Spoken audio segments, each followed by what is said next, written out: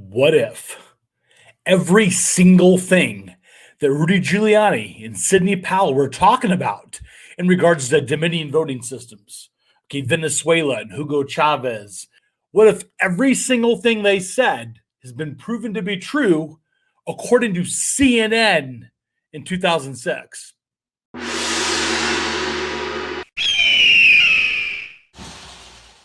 Dominion and the Secretary of State's office worked very closely together on making sure we had the staff here to get these things put through.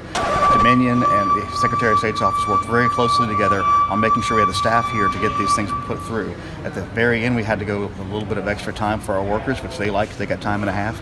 But we were looking at that calendar, we saw it looming at us because we had a deadline we had to meet, and we were meeting it. And welcome back to my channel.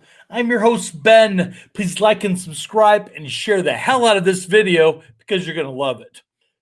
So, you might have seen in the last few weeks since the election, there's all these talking heads on CNN, Don Lemon, Chris Cuomo, you name it, all of them. They're all talking about these conspiracy theories about Rudy Giuliani and Sidney Powell. They're making all these baseless accusations, right? They're saying that Dominion voting systems are owned by Venezuela, Hugo Chavez, they're connected by these guys, and they were made to rig elections, right? That's been the accusation. So what CNN has been doing, and all these other networks, Fox News, ABC, MSNBC, you name it, what they've all been doing is they've all been saying, well, it's a conspiracy theory. It never happened. It's a lie. Except CNN themselves actually confirmed this entire narrative back in 2006. This is what you have to decide. Is CNN fake news now, or were they fake news then? Because it's got to be one or the other. There is no middle ground here. These accusations about Dominion voting systems being linked to Hugo Chavez, owned by a Venezuelan company, etc. Okay, this was confirmed to have happened in 2008 by CNN. Lou Dobbs, back when he worked for CNN. So let's just say all that was true, and then let's say that the accusations now are not true. Let's just say what Rudy Giuliani and Sidney Powell are saying. What if that's no longer accurate? Then wouldn't the correct response by CNN to say, well, once, yes, they were linked to Venezuela. They were linked to Hugo Chavez. That was the case, but now they're not. Wouldn't that be the appropriate response instead of saying it's just a conspiracy theory and that it never happened? Okay, that's the problem that we have with this. It clearly did happen. There's a paper trail. There are lawsuits. Look it up yourselves. There are lawsuits that the new owner, Systematic, was trying to use the same software, the same coding as Dominion. That coding was made for the express purpose for rigging elections. Okay, this all happened. There are lawsuits. There's a paper trail connected to this if you decide to do your own research. Okay, so what CNN reported in 2006, that is correct. Okay, whether that's still correct is yet to be proven, but it's anything but a conspiracy theory. I'm going to show you the video footage of CNN reporting this. So watch the videotape for yourself and decide for yourself, is this a conspiracy theory or is it something that we should at least look a little bit more into? Maybe. A firm owned by Venezuela could be allowed to take over one of this country's top voting machine firms. Venezuela, of course, led by Hugo Chavez, working to change the views of most South American countries, move to the left. Critics of the deal say our nation's very democracy is now for sale without anyone doing a thing about it. Kitty Pilgrim reports. The use of some 19,000 electronic voting machines in the city of Chicago and Cook County primary on March 21st of this year is now under intense scrutiny. The U.S. company that makes the machines, Sequoia, was bought in 2005 by Smartmatic, a private company primarily owned by Venezuelan businessmen. When Chicago had problems with the machines, a dozen Venezuelan employees were there to help with the election.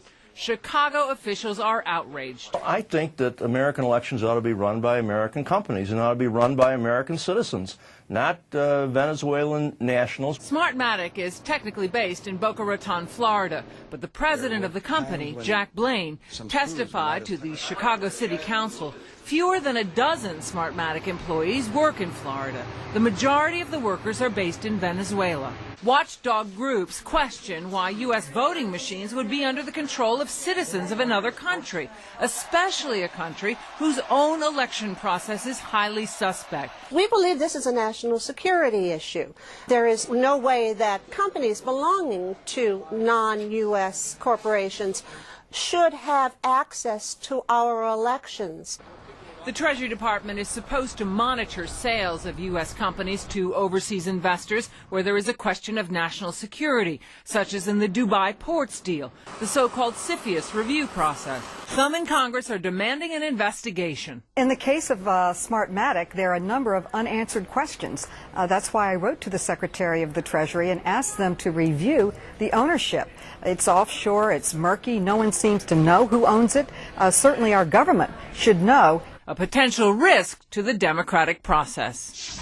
Now, we called the Treasury Department to ask if the sale of Sequoia in 2005 had been reviewed or not. Treasury told us they were aware of the sale, but can't confirm if it's been reviewed or not. And some in Congress and voter watchdog groups also are demanding a better answer than that, Lou. Well, this Treasury Department is filled with incompetence. They have stopped in over 1,500 reviews, only one sale to foreign owners' American assets. But a voting machine company, critical to this country's election count, and they can't tell you whether or not the Committee on Foreign Investment in the United States reviewed it or not? They have no answer for us. And These are the most arrogant, incompetent, bureaucratic idiots. I mean, the Treasury Department is trying to move ahead of a number of other departments in that category. It's incomprehensible that this would be in any way Have we put a call into, I know John Snow's on a short tenure and short on tenure, but perhaps somebody who works for him would have some basic sense that he owes the American people an answer? Lou, we have been trying to get the officials. They said they thought it was a company. So there are a lot of people in murky, murky territory right here, and I think it really does deserve some examination. Great. It certainly does. We're going to continue to do so. I think we need to tip our hat to the Congresswoman. She did a marvelous job in looking into this, and hats off to her. At least somebody is trying to make some sense. This administration, call the White House. Let's find out the answer so this audience knows exactly what's going on by Monday evening. And this is ridiculous. We are looking into it actively, Lou. Thank you, Kitty. An outstanding report. It just burns me up. That's all I got for you now. Stay informed, folks.